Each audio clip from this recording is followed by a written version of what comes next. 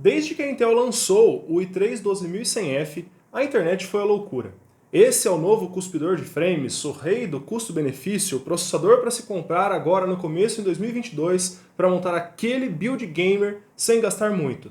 Pois é, pessoal, eu tenho ele aqui na mão e eu já trouxe um review aqui no canal. O que está faltando agora é comparar ele com aqueles processadores que vocês gostam de ver aqui, que são os Xeon, da plataforma X99.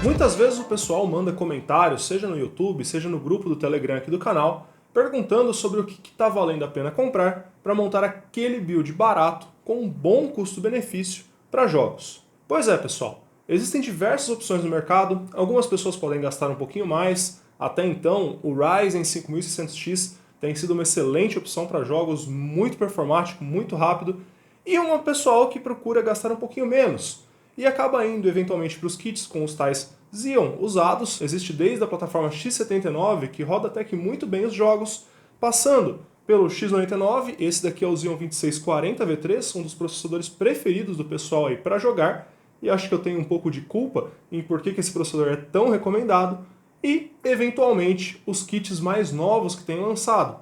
Até pouco tempo atrás, o i3 10100 era uma excelente opção para quem estava procurando montar uma máquina toda aqui no Brasil.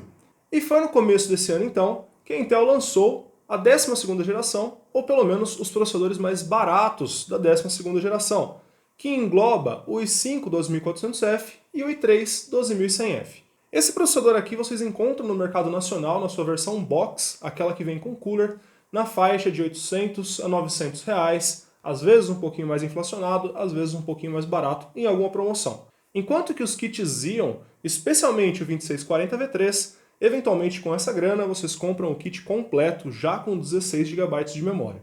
De qualquer modo, é importante nós entendermos que custo-benefício não é sinônimo de ser barato. As coisas estão de certa forma conectadas, mas muitas vezes o que estamos falando é de um processador que entrega mais do que aquilo que ele custa. Eu tenho certeza que os Xeons da plataforma X99 são bons processadores para quem quer uma jogatina mais casual, eventualmente com uma placa de vídeo mais simples. E economizar na hora de comprar o kit pode viabilizar a compra de uma GPU mais poderosa, o que faz todo sentido para quem está procurando um PC gamer. Quem me segue aqui no canal sabe que eu não sou nem muito fã de indicar os kits, por exemplo, com Ryzen com GPU embutida, porque apesar de eles saírem mais barato, o desempenho, na minha humilde opinião, não é o desejável para quem realmente está procurando jogar. E muitas vezes pegar um kit mais barato com um Xeon e dedicar essa diferença de preço a uma GPU, mesmo que seja uma GPU muito simples, vai te entregar no curto prazo uma experiência de jogo muito, muito melhor. Sim, pessoal, o processador do Ryzen é muito superior, mas se vocês pensarem em quanto tempo vão levar até juntar dinheiro para comprar uma placa de vídeo decente com uma GTX 1060 de 3 GB, muitas vezes faz mais sentido investir no kit Xeon. E quando falamos na 12ª geração da Intel, os novos processadores, a dúvida, na minha opinião, é exatamente a mesma. Até que ponto vale a pena investir a mais num kit com o i3 12100F em relação a pegar um kit Xeon X99 para você, é claro, que está disposto a passar pelos riscos de importação para pegar um kit um pouco mais barato. E ainda no tópico sobre custo-benefício, é importante nós entendermos que não adianta nada analisar o custo somente do processador. No vídeo que eu falei sobre o Xeon 2666V3, por exemplo, eu citei que a placa-mãe necessária para manter um processador como ele, numa operação estável e com tranquilidade, seria uma placa-mãe bastante cara, e isso acaba diminuindo um pouco o custo-benefício do processador. Apesar de ele ter um bom desempenho, não adianta nada você pagar apenas R$200 num processador e ter que investir um valor muito alto em placa-mãe. O mesmo acontece com a série Alder Lake da Intel. Os processadores de 12ª geração de entrada chegaram por preços até que interessantes. Entretanto, suas placas-mãe chegaram a preços absurdos. E foi por isso que eu decidi trazer no Brasil uma placa-mãe que está ganhando bastante interesse na internet, que é a Soyu B660M Classic. Já tem review dessa placa-mãe aqui no meu canal, e desde que eu fiz o review o preço dela até diminuiu por conta da queda do dólar. E hoje vocês compram ela por volta de R$650. Apesar de ainda ser mais cara do que as placas-mãe básicas para kit Xeon, ela é uma placa-mãe muito completa e com uma excelente qualidade de construção que aguenta até os processadores mais parrudos da série Alder Lake. Vale muito a pena dar uma olhada nessa placa-mãe e entender se faz ou não sentido importar um produto como esse do AliExpress. Você deixa de gastar bastante numa parte importante do kit e mesmo se ela for taxada, dificilmente ela sai o preço de uma placa-mãe equivalente aqui no Brasil. Vocês encontram o link dessa placa-mãe e dos modelos da Maxsun, que são exatamente as mesmas placas-mãe, na descrição do vídeo. Vamos explorar um pouquinho os nossos competidores do dia. Eu vou trazer aqui para vocês hoje 3 processadores. O Xeon 2640V3, que na minha opinião é o queridinho da plataforma X99, o 2666V3, eu fiz review desse processador esses dias aqui no canal e vou deixar o link aqui para vocês. E o i3 12100F, também tem um review desse processador aqui no canal, porém um review só dele, né? Só jogando alguns jogos com uma placa de vídeo bastante poderosa. E hoje nós vamos ver a comparação desses 3 carinhas. Vou colocar na tela aí para vocês as especificações, mas só para nós passarmos por cima, basicamente os Xeon V3 são processadores da arquitetura Haswell, o i3 da arquitetura Alder Lake. Então nós temos aqui 8 gerações de diferença entre esses processadores, um é da 4ª, o outro da 12ª geração da Intel. Os processadores Xeon, o 2640 tem 8 núcleos, 16 threads, o 2666 10 núcleos e 20 threads, e o i3 tem apenas 4 núcleos e 8 threads. Vamos ver como é que ele vai se comportar com tão pouco recurso físico comparado a esses brutamontes utilizados em servidores nas gerações passadas. Além disso, os Xeons possuem mais memória cache, com 20 e 25 MB respectivamente, contra 12 MB do i3. Eles possuem muito mais linhas PCI Express, com 40 linhas, porém elas são 3.0, enquanto o i3 possui 20 linhas PCI Express 5.0. Isso representa até mais banda de transferência entre periféricos e o processador do que as 40 linhas do Xeon. Porém, você tem menos opções de expansibilidade por conta de que o processador tem menos recursos físicos para alocar entre esses periféricos conectados. Aonde os Xeons deixam de brilhar um pouco é a questão de clock. O 2640V3 tem um clock base de 2.6 GHz que vai até 3.4 GHz, o 2666 começa em 2.9 e vai até 3.5 e o i3 vai de 3.3 a 4.3 GHz, um clock bastante mais alto que, alinhado com uma arquitetura nova, pode trazer muitos bons ganhos, especialmente em jogos. E para finalizar, nós temos os TDPs desses processadores, com o 2640 e o i3 com TDPs até que parecidos, pelo menos o limite deles. O 2640, 90 watts, o i3, 89. Entretanto, o 2666V3 se destaca negativamente aqui nesse ponto. Ele tem um TDP de 135 watts e você sem dúvida precisa de uma refrigeração melhor para manter esse monstrinho aí refrigerado. E mais uma vez, citando a questão de refrigeração, o i3, se você decidir comprar ele na sua opção Box, à venda aqui no Brasil, ele acompanha esse novo cooler dentro da caixa, obviamente sem nenhum custo adicional, que dá conta da operação dele ali na faixa de 70 a 75 graus Celsius. Essa temperatura não vem a ser uma temperatura crítica e vocês podem usar com tranquilidade. Um gasto a menos para quem decidir aí pegar o kit com o i3 comprando o processador aqui no Brasil. E agora deixa eu fazer uma pausa aqui no vídeo. Você que está querendo ver os resultados desses monstrinhos batalhando, eu vou convidar você a deixar um like nesse vídeo e se inscrever aqui no canal se você gosta de conteúdos como esse. Nós estamos sempre cobrindo os mais diversos tópicos de tecnologia, processadores, placas-mãe, placas de vídeo, fontes, gabinete, montagem de PCs, temos lives muito legais aqui no canal e seria muito legal se você pudesse ajudar o canal a crescer se inscrevendo aqui e eventualmente até se tornando membro. Isso ajuda pra caramba e eu vou ficar muito feliz se vocês puderem me ajudar com isso. E antes de entrarmos nos testes, deixa eu falar um pouquinho para vocês sobre as bancadas que nós vamos utilizar. Os resultados que eu usei do Xeon 2640 e 2666V3 são basicamente os resultados que eu já tinha mostrado no review do 2666. Então é exatamente a mesma bancada, com a Machinist X99K9, unlock do Turbo Boost realizado e as memórias com os timings um pouquinho apertados. No caso dos kits Xeon, eu utilizei 4 módulos de 8 GB de memória Shadow RGB da Netac, com os timings um pouquinho apertados, um pouco mais para o 2640, um pouco menos para o 2666 que roda com um clock mais alto. Em se tratando do i3 12100F, nós utilizamos apenas 2 módulos de 8 GB da Netac em sua especificação XMP padrão. Então é importante notar que o i3 está com metade da quantidade de memória RAM, porém isso não vem a ser um limitador, pelo menos não para esses jogos que eu testei aqui hoje. No caso do Xeon, se eu utilizasse apenas 2 módulos de memória para equalizar a situação, eu não estaria extraindo o máximo de desempenho desses processadores, uma vez que eles ganham de 3 a 10% de desempenho, mais ou menos, em utilizar o Quad Channel de memória, especialmente em jogos. Por conta disso, se eu utilizasse apenas 2 módulos de memória, eu estaria restringindo um pouco o desempenho dos processadores, o que não seria muito justo. No caso do i3, utilizar memórias com clock mais alto também garante a ele um pouco mais de desempenho, porém nesse caso eu diria que acaba minando muito o custo-benefício, porque o preço dos módulos com transferência mais alta acabam saindo muitas vezes muito mais caros do que os de 3200 e 3600, que são os mais convencionais. Logo logo nós vamos ter um vídeo sobre isso aqui no canal. Deixa aqui nos comentários se você tem interesse em saber o impacto da velocidade de memória no i3 e no i5 12400F, que eu vou fazer um vídeo desse e logo eu aviso vocês quando ele estiver pronto. O restante da bancada, tudo muito parecido, NVMe nas duas máquinas, fonte Core Reactor de 850 watts e a RX 6900 XT. Essa é uma das placas de vídeo mais rápidas disponíveis no mercado e é importante vocês terem em mente que utilizando placas de vídeo mais simples, a diferença entre os processadores tende a ser menor. Por conta disso, é interessante você ponderar o quanto vale a pena gastar com o kit processador e placa-mãe em relação a uma boa placa de vídeo, que com certeza pode trazer resultados melhores do que o investimento no processador. Então vamos agora começar os nossos testes. De início eu queria falar para vocês sobre alguns testes sintéticos, especificamente testando as virtudes do processador. Vamos começar com o CPU-Z no resultado de single core.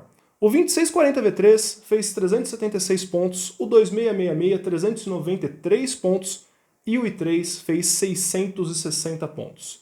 Nós estamos falando de uma diferença de 67,7% em relação ao 2666V3.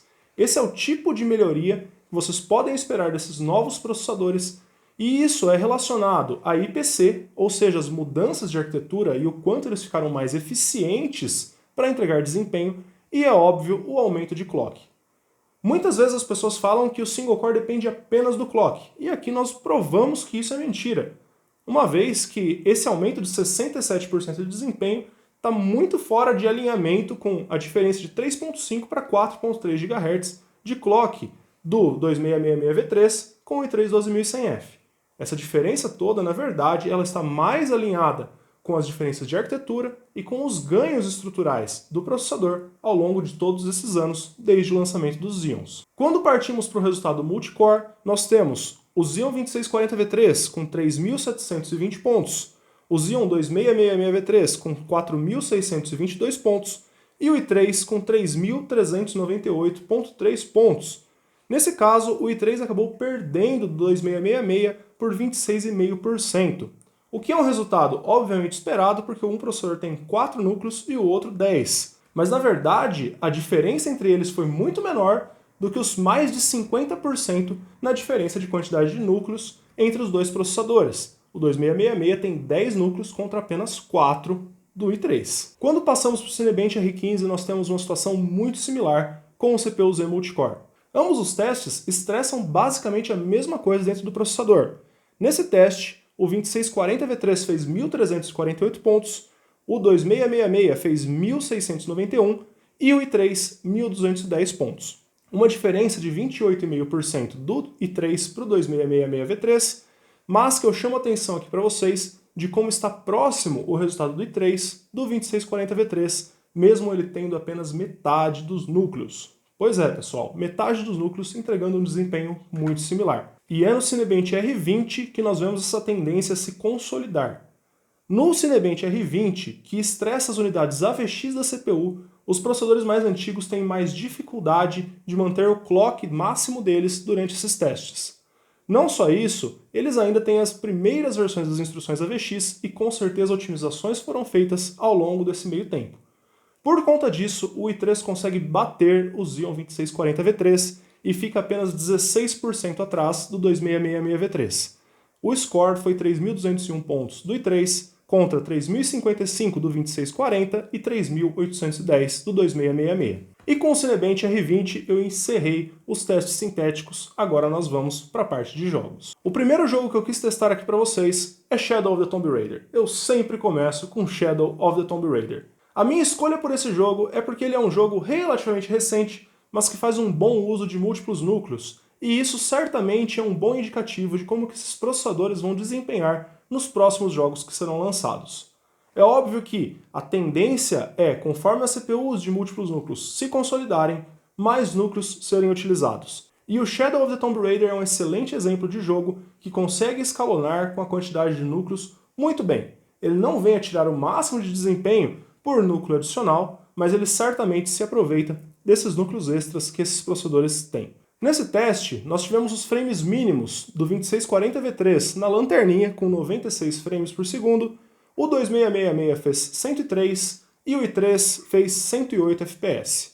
Isso é um ganho de cerca de 4,8% em relação ao 2666V3, é um ganho sólido, mas relativamente baixo, especialmente se a gente considera o custo dessas CPUs.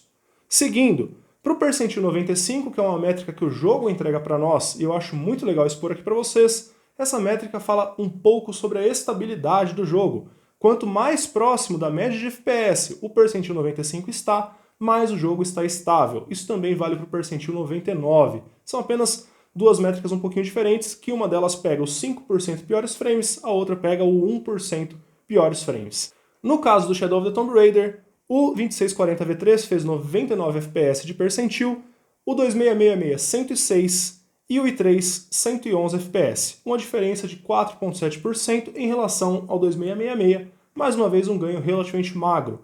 Lembrando que esse jogo faz bom uso de múltiplos núcleos e estamos falando de uma CPU com mais do que o dobro de núcleos do i3.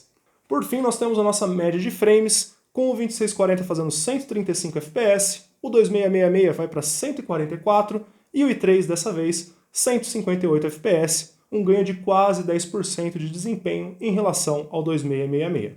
Na sequência, eu trago para vocês Forza Horizon 5. Esse jogo me surpreendeu bastante porque eu achava que ele utilizava um pouco melhor de múltiplos núcleos, mas claramente ele acaba sentando um pouco mais em poucos núcleos da CPU do que eu esperava. Isso faz com que os resultados do i3 nesse jogo acabem se destacando um pouco em relação ao que nós vimos no Shadow of the Tomb Raider. Quando nós falamos de frames mínimos, nós temos o 2640 fazendo 108 FPS, o 2666 fazendo 116 FPS e o i3 fazendo 139 FPS, uma diferença de quase 20% de desempenho. Indo para o 1% low, nós temos o 2640 com 100 FPS, o 2666 com 103 FPS e o i3 com 125 FPS, um ganho de 21,5% no 1% low, uma métrica muito importante da fluidez da jogabilidade. Para finalizar, a média nós temos 133 FPS no 2640, 139 FPS no 2666 e 171 FPS no i3 12100F, uma diferença de 23% a mais de desempenho. Olhando esses números do Forza Horizon, é claro que mostra o quanto o processador evoluiu nesse meio tempo. O i3 tem um desempenho muito superior aos Xeons e nesse caso ele se faz valer a pena, especialmente se você tem uma placa de vídeo capaz de empurrar esses frames. E é justamente falando sobre a placa de vídeo que eu tenho um ponto importantíssimo nesses resultados do i3 aqui. Nos resultados com o Xeon 2666V3, a 6900 XT foi fator limitante ao longo do benchmark em apenas 0,2% do benchmark, então um período muito curto, a 6900 XT atingiu 100% de utilização. No i3 12100F, a ferramenta de benchmark do jogo nos mostrou que a 6900 XT foi fator limitante para o jogo em cerca de 30% do benchmark. Ou seja, se tivéssemos uma placa de vídeo ainda mais poderosa, o jogo conseguiria até mais frames por segundo. Então essa diferença de 23% de desempenho na média poderia ser até um pouco maior se eu estivesse rodando aqui, por exemplo, com uma RTX 3090. Um resultado bastante surpreendente, um processador que custa bem mais barato do que a placa de vídeo, empurrando muito bom desempenho. E quando a gente analisa os resultados em Tomb Raider e Forza, fica óbvio que o próximo jogo que vem aí, o i3 vai dar uma lavada, não é? Não é isso que a gente espera? Pois bem, pessoal, não foi isso que aconteceu. Para finalizar a nossa suite de benchmarks, eu trouxe o benchmark embutido Dortmund de Hitman 3. E nesse benchmark, o processador que já tinha dado uma lavada no 2640V3 também conseguiu ganhar com alguma folga do i3 12100F, e esse foi o Xeon 2666V3. Quando eu analiso esses números, fica muito claro para mim que Hitman 3 utiliza muito bem de banda de memória adicional, e nós temos isso no Xeon 2666, com o maior clock das memórias RAM, o cache adicional e os múltiplos núcleos adicionais. E o 2666 conseguiu ganhar em todas as métricas, inclusive a estabilidade de frames, do i3 12100F. Segue os resultados. Nós conseguimos uma mínima de 42 FPS no 2640V3, 48 FPS no 2666V3 e apenas 32 FPS no i3 12100F. Uma queda de 33,3% de desempenho, um terço a menos de frames do que o 2666V3. Partindo para o 1% low, nós temos o 2640 empatado com o i3 12100F em 33 frames por segundo, enquanto o 2666 conseguiu fazer 42 frames por segundo, um aumento aí de 21,5% em relação ao i3. E a métrica que deixou eles mais próximos foi a média de frames, com o 2640 fazendo 93,2, o i3 no meio dos dois processadores fazendo 97,7 e o 2666V3 104,6 FPS, 6,6% a mais do que o i3. Bastante surpreendente, não? Na sequência, como vocês sabem, eu não encerro benchmarks nesse canal sem fazer uma jogadinha aí de Call of Duty Warzone. E dessa vez jogando com o i3 12100F, com todos os presets no máximo, com exceção de Motion Blur e a parte de Ray Tracing e SSR, eu tive um resultado muito interessante, justamente por conta daquilo que aconteceu quando eu joguei o Warzone da última vez com o 2666V3. Para quem não viu o review, e eu recomendo que veja para entenderem o que estava acontecendo, o Xeon 2666V3 estava sofrendo fortes engasgos quando eu me movia no jogo. Tudo que eu tentava me mexer um pouco mais rápido ali, nós tínhamos spikes no frame time que não necessariamente estavam sendo refletidos no FPS médio. Ou seja, eram pequenas pausas que eu conseguia sentir aqui na jogabilidade, mas que não estavam diminuindo muito a nossa média de FPS, que parou ali na faixa de 100 FPS. Jogando Warzone no i3 12100F, a experiência foi muito mais lisa, e apesar de ainda haver alguns spikes, eles eram bem menores do que os que aconteceram no 2666V3.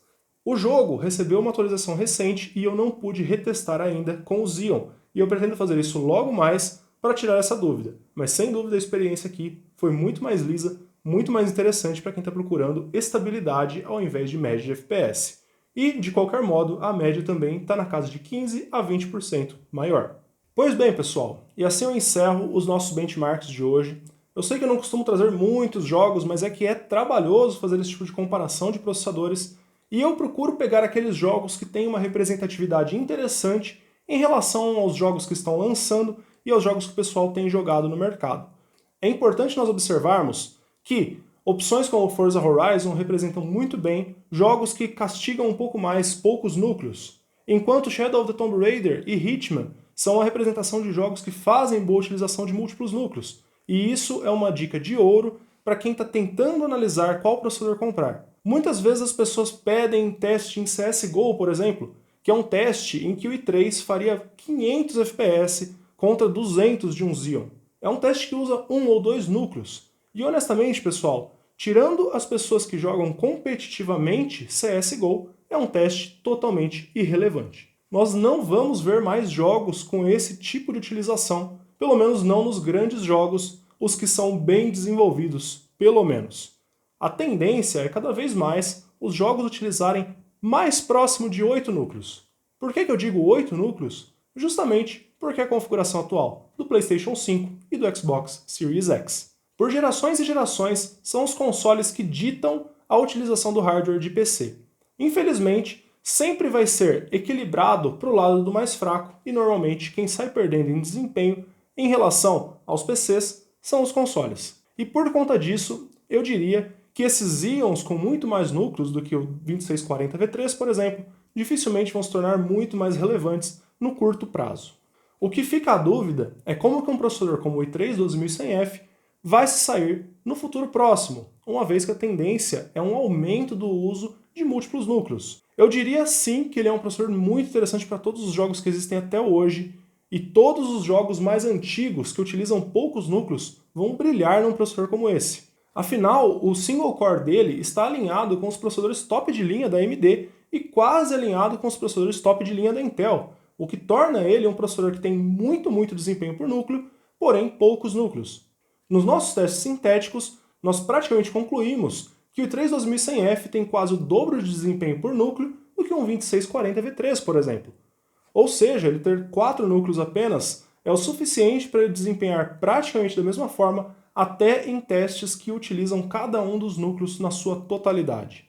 Os resultados são muito próximos e precisou de mais 2 núcleos do 2666 para que haja de fato uma grande separação de resultado entre eles nos testes sintéticos. E em jogos que normalmente utilizam menos núcleos, ficou evidente que o 12100F consegue empurrar muitos frames de uma placa de vídeo top de linha. Agora a questão que fica é, você vai utilizar uma placa de vídeo top de linha? Ou então você vai jogar os jogos com preset competitivo, ou seja, você vai jogar eles em 1080p, com os gráficos no baixo para conseguir o máximo de FPS possível? Porque se a sua meta é uma experiência de jogar em 60 FPS, será que faz sentido investir a mais no kit i3? Vamos comparar os preços desses 3 kits. Hoje nós temos um kit com o Xeon 2640 V3 e a Machinist X99RS9, que é uma placa de mãe muito simples, mas que eu sempre recomendo para esse processador.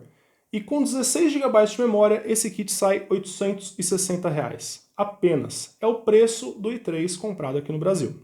Quando nós passamos para o kit com a X99 Titanium e o 2666 V3 e os mesmos 16 GB de memória, nós temos um salto de 27% de valor, indo para R$ 1.094 o kit. E quando nós vamos para alguns kits que estão sendo recomendados do i3 12100F com as placas-mãe da Maxam na internet, já com 16 GB de memória 2666, que eu diria que é uma memória com clock um pouco baixo, mas a gente já discute isso. Nós temos o kit com o H610 da Maxam e o i3 por R$ 1.650, um aumento de 50,8% em relação ao kit do 2666. Eu não vou mentir para vocês, pessoal, que eu acredito que esses kits com o i3 eles tendem a ter uma longevidade maior. Ele é um processador que gasta menos energia, as placas-mãe, especialmente a B660, toleram excelentes upgrades, você pode utilizar até um i7 12700K, por exemplo, nessas placas-mãe, sem se preocupar com temperaturas, sem se preocupar com longevidade. O problema é o que você precisa nesse momento. Muitas vezes as pessoas se enganam e acreditam que vão comprar agora uma placa de vídeo básica e depois fazer um upgrade. Mas a verdade é que muitas vezes esse upgrade demora tanto para sair que você já vai ter trocado o seu kit inteiro. E não tem o que você fazer com relação a isso. São poucas as pessoas que realmente pegam e fazem upgrades nos seus computadores. E essas poucas pessoas geralmente se beneficiam sim em pegar um kit que você pode fazer um upgrade, em pegar um kit que tem uma longevidade maior. Para todas as outras pessoas, normalmente o que importa é o aqui e o agora. E elas acabam investindo nesses kits com Ryzen 5600G e nunca compram uma placa de vídeo. Por quê? Pagou mais caro no processador, tem um processador muito parrudo, mas que roda todos os jogos no mínimo do mínimo, com muito pouca qualidade, com poucos frames. Seria muito melhor às vezes pegar um kit com um X79 e uma 1060 de 3 GB e ter um desempenho muito legal. E é exatamente o mesmo caso aqui que eu digo para vocês, pessoal. Vocês vão conseguir comprar uma boa placa de vídeo? Vocês vão conseguir associar uma RTX 3060 com esse i3 12100F? Se a resposta for sim, esse pode muito bem ser o kit para vocês. Eu sei que o Xeon 2666 V3 extrai todo o desempenho de uma 3060, eventualmente em 1440p ou com os gráficos no máximo. Mas para quem está procurando aquela experiência de jogar eventualmente com os frames mais altos, com certeza esses processadores novos são mais interessantes. Eles têm muito mais condição de travar ali os 120, 144 FPS em um jogo competitivo do que um Xeon de quarta geração, como o 2640 ou 2666 V3. Mas a realidade é que nem todo mundo tem condição de adquirir uma placa de vídeo tão boa. E aí você fica nessa dúvida. Vale a pena?